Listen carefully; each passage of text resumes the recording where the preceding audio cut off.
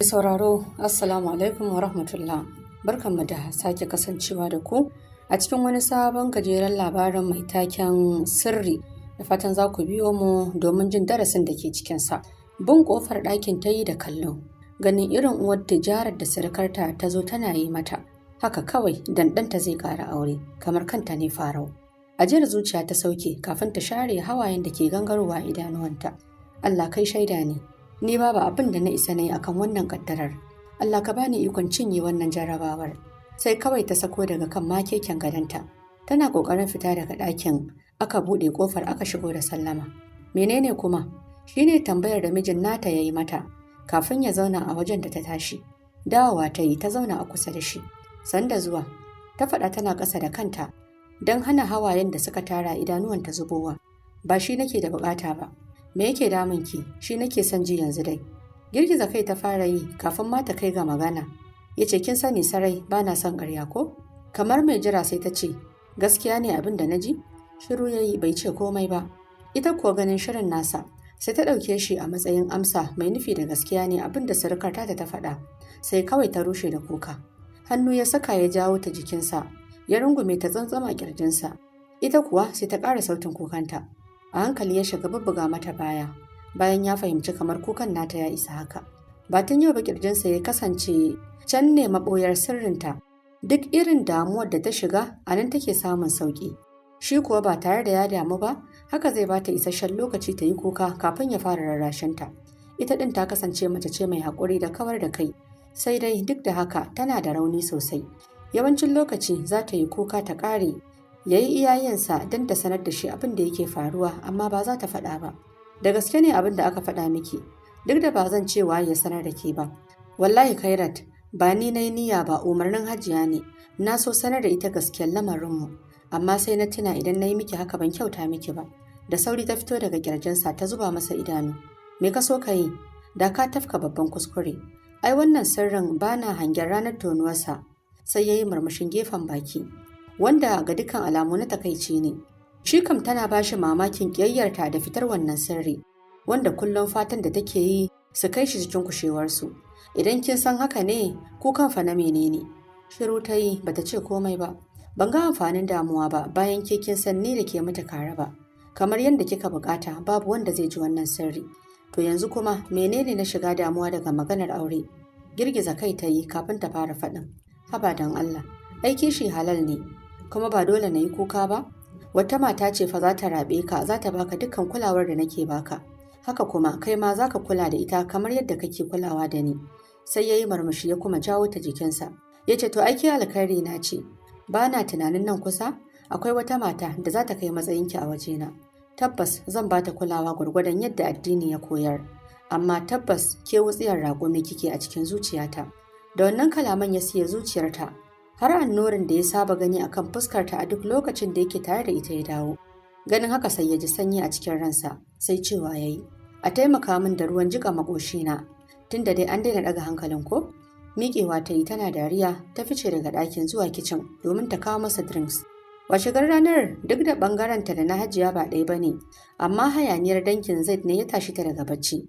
Ko da suka tashe ta ma, ba ta yi ƙoƙarin zuwa wajensu ba, domin ita kaɗai ta san abin da zai je ya dawo.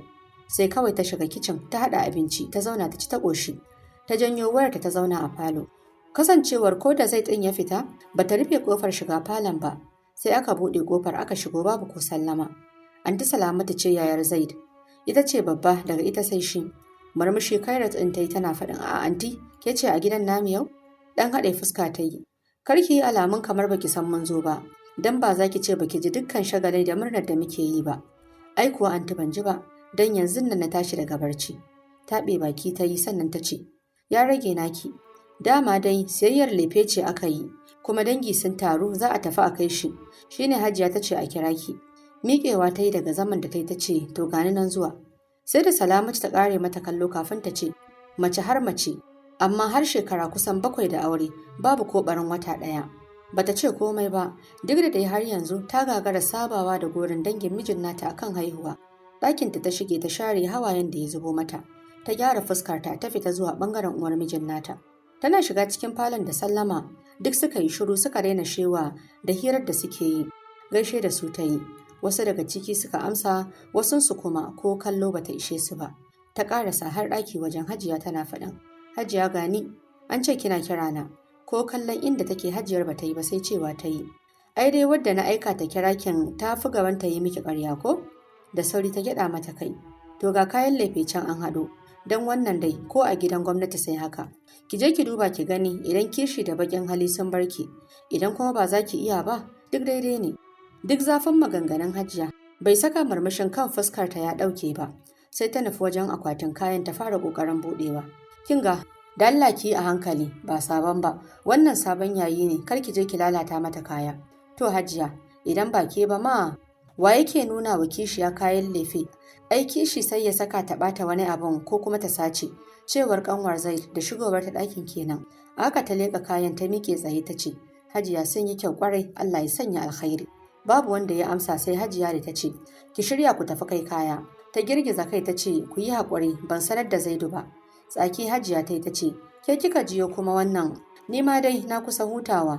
Ɗana ɗaya da Allah ya bani, idan da rabo nan da wata 9 zan ji kukan jariri a gidan nan. Dan dama gidan iri muka je muka ɗauko masa. Fashewa da dariya Salamatu ta yi ta ce, yau dama fa ita ɗaya aka haifa. Kin ga kuwa, ai dole haihuwa ta tsaya musu. Jin wannan kalmomin bakin ciki da bacin rai da suke faɗa mata, sai kawai ta juya ta bar musu wajen. Idan ta ce maganganunsu ba su ɓata mata rai ba, to ta yi ƙarya. Sai dai kuma an daɗe ana ruwa ƙasa tana shanyewa. Ba yau ne farau ba, akan ƙiyayya da dangin mijin Zaid da suke nuna mata. Dan tun farko wata yarinya suka so ya aura. Amma Zaidin ya ƙi, saboda wannan dalilin tun farkon zuwanta gidan ba su nuna mata soyayya ba ko na rana ɗaya. Balle kuma yanzu da ta shafe shekaru 7 ko batan wata ba ta taɓa yi ba a gidan. Duk da manyan asibitocin da suka rika zuwa ita da shi, sauƙinta ma ɗaya da shi ɗin har yanzu babu wani canji daga gare shi ko na ƙwayar zarra. Bayan binciken likitoci, tabbas an sanar da su wani sirri wanda Kairat ɗin ta buƙaci su kai sirrin su kushewarsu. Kasancewar ita kaɗai iyayenta suka haifa, shi ya saka ba ta da wani abokin faɗa wa damuwarta. Domin takan ce ba ta son ta ɗaga wa mahaifiyarta hankali. Haka ranar ɗaurin aure suka zo gidan, suka yi ni suna shagalinsu da murnarsu. Maganganu kam a wannan rana, har wanda ba ta taɓa jin irinsu ba tun zuwanta duniya sai da ta ji su. Amma kasancewarta mace mai haƙuri, haka aka yi komai aka gama lafiya. Duk da dai a ɓoye iya adadin hawayen da ta zubar a ranar ba za ka ce ga adadinsu ba. Shi kuwa Zaid, duk da baya gidan hankalinsa ya yi mummunan tashi, motsi kaɗan zai kira ya tambaye ta lafiyarta. Amma takan ce da shi babu komai ya kwantar da hankalinsa, don ita babu abin da yake damunta. Ba don ya yarda da maganarta ba, amma don dole ya kashe kiran. Ba kuma zai hana bayan wani lokaci ya sake kiranta ba. Ya koma jera mata tambayoyin da baya gajiya da su. Ko da dare yayi, 'yan kawo amarya suka ƙaraso gidan, sai da suka koma faɗin abin da suka ga dama kafin suka tafi. Babu magana da ta tsaya mata a rai, sai na yayar amarya da ke cewa, kamar gobe ne za mu dawo gidan nan suna. Wannan ne ya tabbatar mata da cewa har dangin amaryar Zaid sun san dalilin wannan aure, don ba ta haihuwa ne. Babu yadda ta iya. Haka suka gama budurinsu suka kama gabansu, ita kuma ta koma ɗaki ta yi wanka ta shirya ta fito falo ta zauna. Ni ce nan zan yi rakiya har zuwa ɗakin amarya, ta faɗa da fara'arta lokacin da ya shigo gidan, kamar wata bebi ya ɗaga ta sama ya ce, idan ba kya kishi ai sai mu tafi. Dariya ta yi ta ce, yau ba ranar kishi ba ce, ranar murna ce. Haka suka gama wasansu da dariya, ta yi masa rakiya kamar yadda ta faɗa ɗin, kafin ta shige ɗakinta ta faɗa kan gado ta fashe da Ya Allah, ka rufa mana asiri. Ya Allah, kar ka bari duniya ta san wannan sirrin. Bayan wata 9, kamar yadda dangin Maryama suka faɗa, hakan ce kuwa ta faru, sai ga Maryama ta haihu. Bullowar ciki a jikin Maryama ba ƙaramin ɗagawa zai da hankali yayi ba. Ita kuwa Kairat, murnar ta bata boyu ba, kai ka ce ita ce ke ɗauke da wannan juna biyun. Hajiya kam ta rasa inda za ta sanya ranta domin murna, domin dai abin nema ne ya samu. Ko da naƙuda ta kama Maryam, Kairat da Zaidu ne suka kai ta asibiti, kafin suka kira Hajiya suka sanar da ita. Dan sai da aka sha fama da Zaidu kafin ya amince zai kai ta asibiti. Sai da Kairat ɗin ta nuna ɓacin ranta kafin ya amince. Bayan likita ya karɓi haihuwar, inda ta samu ɗanta namiji, Hajiya ce ta fara karɓar yaron kafin ta miƙo wa Zaidu shi. Ka yi masa addu'a. Yi yayi kamar bai ji abin da ta ce ba, sai da Kairat ɗin ta gyaɗa masa kai sannan ya karɓi yaron. A maimakon ya yi masa kiran sallah da sauran addu'o'in da addini ya tanada, sai kawai ya fice daga ɗakin zuwa ofis ɗin likita. Jim kaɗan sai gashi ya dawo, ya miƙa musu ɗan, ya juya zai fice, Kairat ta yi sauran bin bayansa. Menene haka Honi? don Allah ka daina haka mana, mu yi godiya ga Allah mana da nuna farin ciki a gare shi na abin da muka daɗe muna nema, gashi Allah ya ba mu ko? Saurin dakatar da ita yayi, ya ce ki rufe min baki Khairat, ke kin san wannan abin ba mai yiwuwa ba ne, kin manta sirrin mu? Girgiza kai ta yi ta ce, Allahn da ya saukar da cuta shi ne ya saukar mata da magani. Ƙila sauƙi ne ya samu, likita ne ya yi saurin katse mata abin da ta yi niyyar faɗa, bayan ya ƙaraso ya miƙa masa takardar ya ce, ga gwajin da ka tambaya, tabbas yaron nan ba naka ba ne, ƙwayoyin haihuwarka suna da matsala, ba za ka iya haihuwa ba. Karɓar takardar ya yi kafin ya juya zuwa ɗakin, da sauri Khairat ta bi bayansa domin dakatar da shi. Ba ɗana ba ne, tsawon shekarun nan na kasance ba na haihuwa. Wannan sirrin ne Khairat ba ta son kowa ya sani, domin ni ne mai matsalar. Ki nemi uban ɗanki. Yana gama faɗin haka ya wurga mata takardar gwajin ya juya da niyyar barin ɗakin. Hajiya tuni ta yi mutuwar tsaye. Me kake nufi Zaid? Hawaye ne suka gangaro masa. Khairat ɗin da kuka ɗora wa karan tsana, kuka nuna duk duniya ba ku da maƙiya sai ita ce dai matar rufin asirina. Shekara 7 da likita ya tabbatar mana da cewa ba zan iya haihuwa ba. Duk ƙoƙarinmu na ganin mun sami yaro, amma babu hali, Allah bai nufa ba. Wannan babban sirrin Khairat ce ta mayar da shi namu gaba ɗaya, ta kuma buƙaci kar wanda ya san wannan al'amari. Ke kuma ki je na sake ki saki 3. Khairat mu je gida, ba dan taso ba, haka ta juya ta bi bayan mijinta. Bayan kwanaki 2 tsabar kunyar halaccin da Khairat ta yi musu ya hana su tunkare ta su yi magana. Sai dai kuma duk wata tsana da kyara Hajiya ta daina yi mata ita. Dama kuma Khairat ɗin bata riƙe Hajiya ba a cikin ranta, domin tana mata kallon uwa ne. Ita dai Hajiya nan take ta bazama Islamic chemist domin nema musu magani, har aka dace. Allah ya azarta su da ɗiya mace. Tun daga wannan lokacin zaman lafiya ya wanzu a gidan Zaid. Babu wani sirri da suke ɓoye wa junansu. Farin ciki da kwanciyar hankali ya samu a rayuwar Khairat, don duk tsanar da dangin miji suka yi mata ya zama tarihi.